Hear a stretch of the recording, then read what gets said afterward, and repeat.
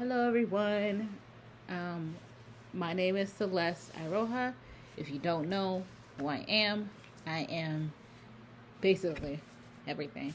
Um, what I mean by everything and what I do is that I am a college student. I'm a junior in college. I'm studying health services with a minor in international affairs. I am a survivor of gun violence and domestic violence. Um, I attend Trinity Washington University in Washington, D.C. I work in healthcare as a medical assistant at Washington Hospital Center in D.C. as well. It's under the umbrella of the MedStar Health System. It's one of their biggest hospitals in the DMV area. Um, I am a student activist in the GVP, which is Gun Violence Prevention Movement. I have been in this movement with the organization that I'm a part of and within the movement is in general for a very long time. I could say I started 6 or 7 years ago, before before I got to where I am right now, and I can say that there has been a lot of change, a lot of positive progress, and we're still doing this fight. The fight has not died down. It definitely has not ended to pass universal background checks that are strict and more effective to keep guns and off of the street where it does not need to be. I know over the past couple of weeks, past month or so, we've been seeing tremendous amounts and cases of gun violence plaguing our communities. From New Buffalo, New York, where the grocery store, where African Americans were shot and killed just because of their skin color.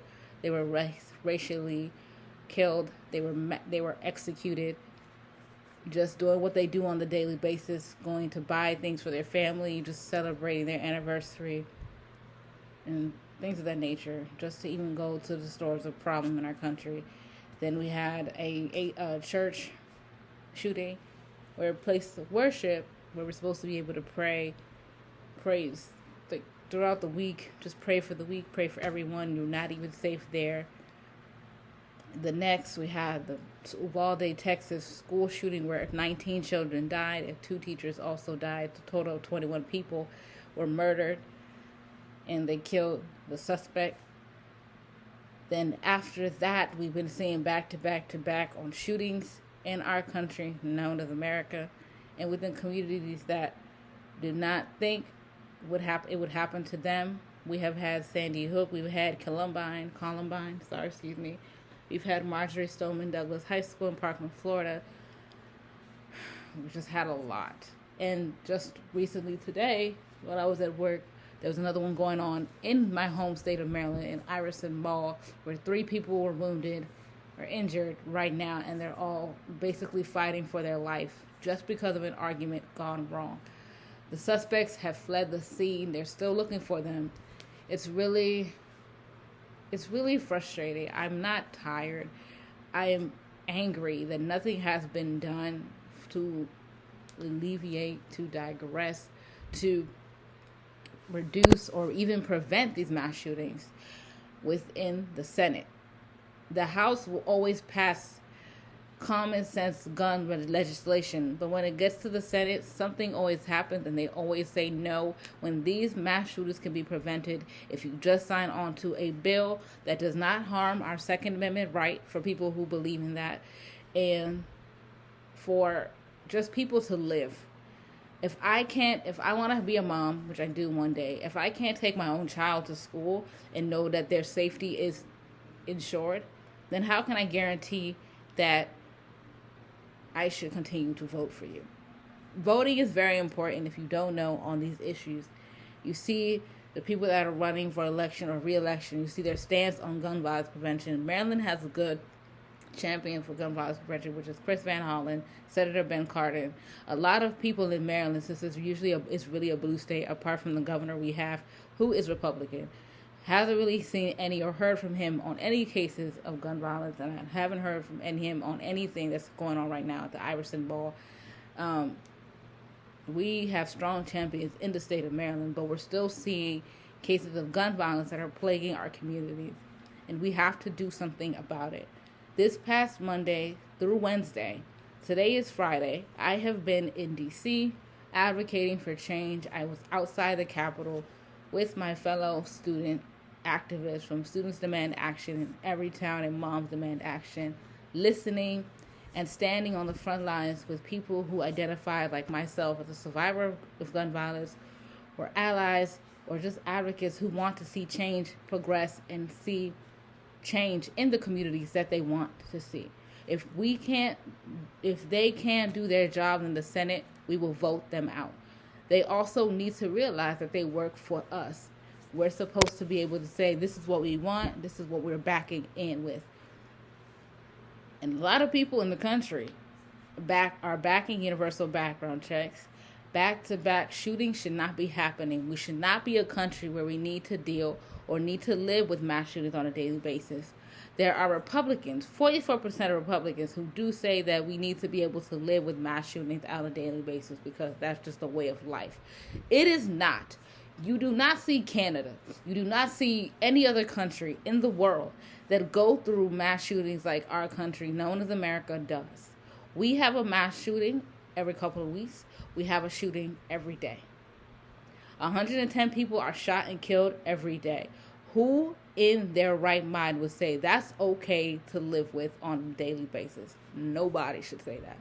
But we have Republicans who say that that's okay to deal with. It is not.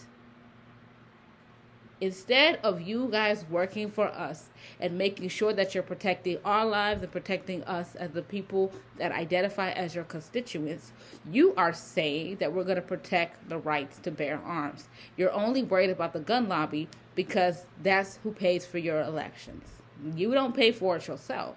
Your community don't pay for it. The NRA will continue to bribe you, continue to fund your election and your re-election, before you decide to say enough is enough of gun violence for a community of people that you work for. Which is frustrating because you're supposed to be protecting us. You're supposed to be protecting the community that you serve. But you're not. You're bought by the NRA. There are a few, and they know who they are, who are bought by the NRA. And they will continue to be bought by the NRA until they sit up and say, you know what, I'm not going to take this money anymore, or I'm actually going to be on the side that wants to make change in the gun violence prevention movement. Let me tell you something that has been going on. Instead of the mass shootings that have been going on recently for the past month, a couple of weeks, and where 19 children were shot and killed, and 10 African-American people were murdered, or just mass shootings that happen on a daily. I read this today, and it's really surprising, but it's something that I have been saying ever since I heard this topic of discussion that people are having. How instead of trying to pass gun reform or gun common sense laws, is that because Brett Kavanaugh, no, one of the Supreme Court justices that should not even be there at all on the Supreme Court, somebody was armed near his home with a firearm, right? And they got him. They arrested him, okay? But the only reason that they can do that is because there's a lot of security for them justices. On the regular, like us common folk people, us regular people, we can't provide ourselves with security guards on the daily. They can't arrest the people that might arm themselves around us. And now, the Senate Minority Leader, Mitch McConnell, who needs to retire for one, said we need to pass gun reform laws or legislation. It's not because all those mass shootings that we've been having. It's not even about the current one that's going on in Iverson Mall, or that went on today in Iverson Mall. It's not about the teachers that died. It's not about the students that died. It's not about the black people who were shot and killed just because of the color of their skin. It's because of Brett Kavanaugh, who was potentially a victim of gun violence.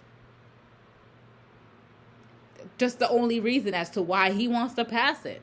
As to why he wants to pass gun legislation.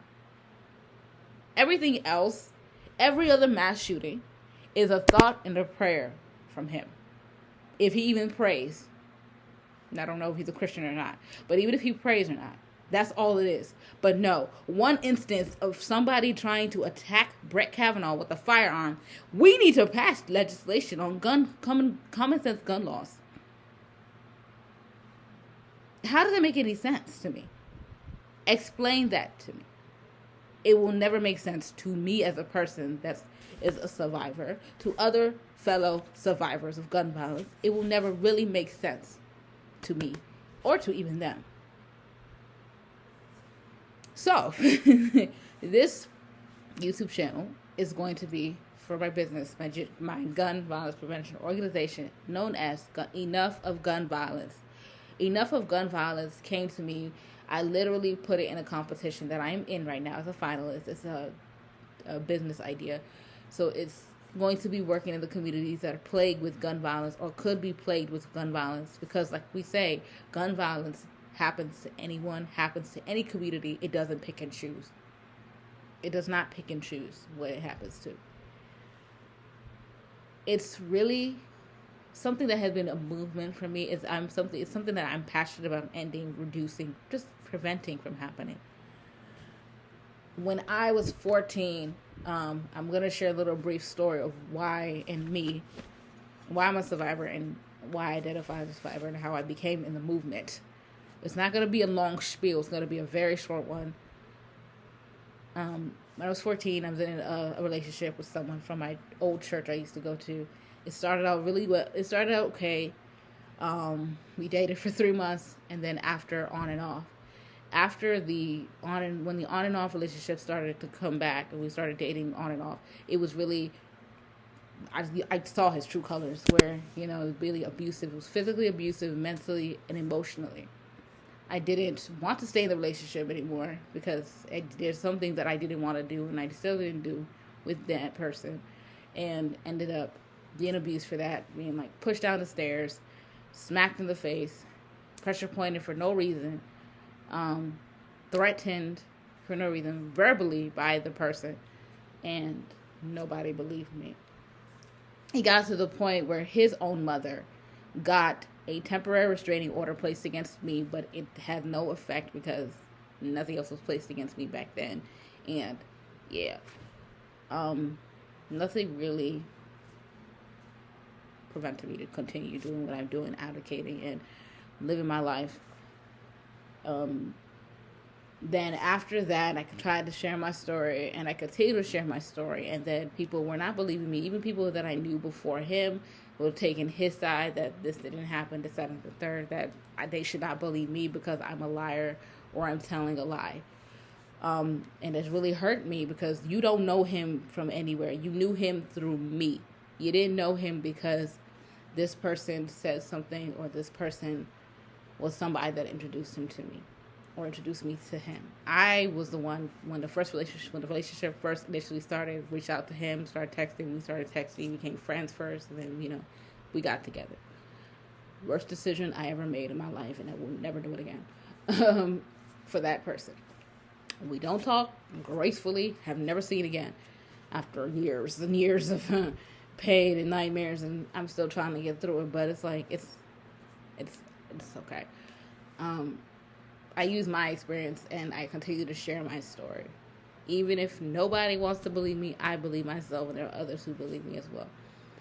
After that, there was a point in time when I was continuing to share my story around, and people was like, no, he didn't do that. That didn't happen. Stop trying to get sympathy for things. It's your fault that if that really happened, it's your fault that it happened to you. Sometimes it came from my family at one point. I fear for my life, for real. People say, why didn't you just leave? And then you don't hear about how people die because they tried to leave an abusive relationship. But I didn't want that to happen to me. So I stayed for a little bit, and then when it was able to go, I left. After a few times of sharing my story, I was threatened with a firearm to stop sharing my story. And if I did not, they would kill me.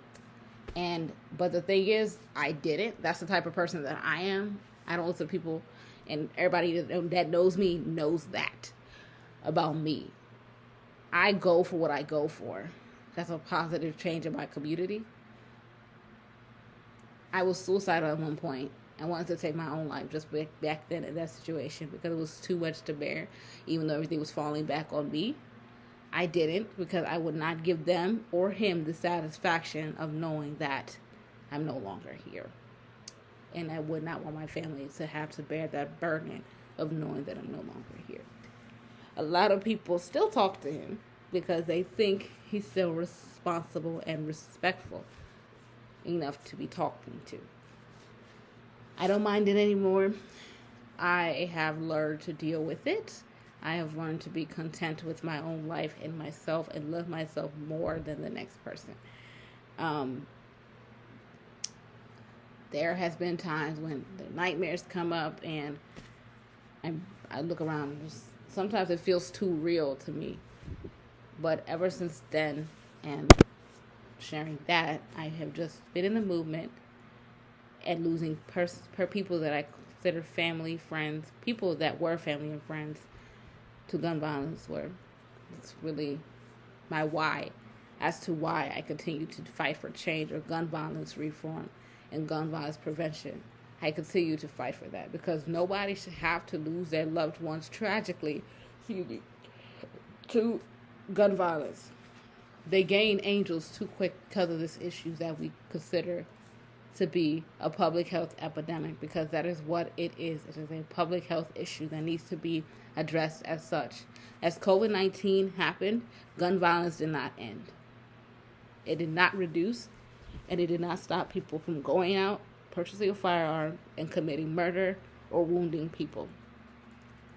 It's frustrating that these issues continue to take place in our communities because it affects every single one of us. It doesn't affect just the people it personally impacts. It does affect the communities that it happens in.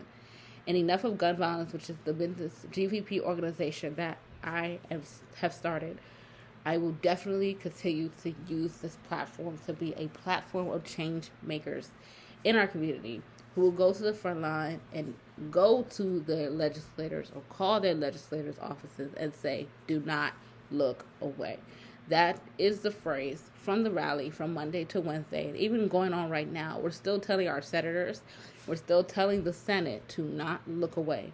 Call your legislators to not look away from what has happened and what is still going on that is plaguing our country and needs to be reduced or has to end. We cannot live as a country that has mass shootings every day. We can't. So when I say enough is enough of gun violence, it's not that I'm the only one saying it. I'm not saying that my story is different than the next person or it's any more explicit than the next person. There are people I have met that have gone through gun violence through their lives as well. Either somebody that they loved or a close friend that they lost to gun violence. We share a similar story. We share a similar passion to ending gun violence, and we can do it. We will win this fight to pass common sense gun laws. We just have to find the right means to do it, and that we have the right means to do it. It just has to be signed on. But when we cannot, as a country, work together to find a common ground to make sure our communities are safe, then we can't be the greatest nation in the world if we can't even come together as one nation. So, thank you for listening. Thank you for watching our introductory video to our YouTube channel. There will be more YouTube channel, there will be more videos coming soon with potential live videos with potential speakers in the movement. And we will keep you posted on when that will be put out and when that will be happening so you guys can attend the live YouTube. Okay? So stay safe out there. Please stay safe. Hug your loved ones. If you don't hug them enough, hug them tighter. And just remember, we will win this fight. And call your senators to not look away. Honestly, all of us should not look away. Because we can't turn a blind eye to this anymore. And lastly, thoughts and prayers will not work anymore. We will take thoughts and prayers. But without action, that's inaction. You need thoughts and prayers followed by action. But when you keep saying, we're so sorry for your loss or we're here with you, we will do so much more, and we see nothing being done, you have to go. We won't take them anymore. So once again, thank you for tuning in, and I hope to see you in the next video.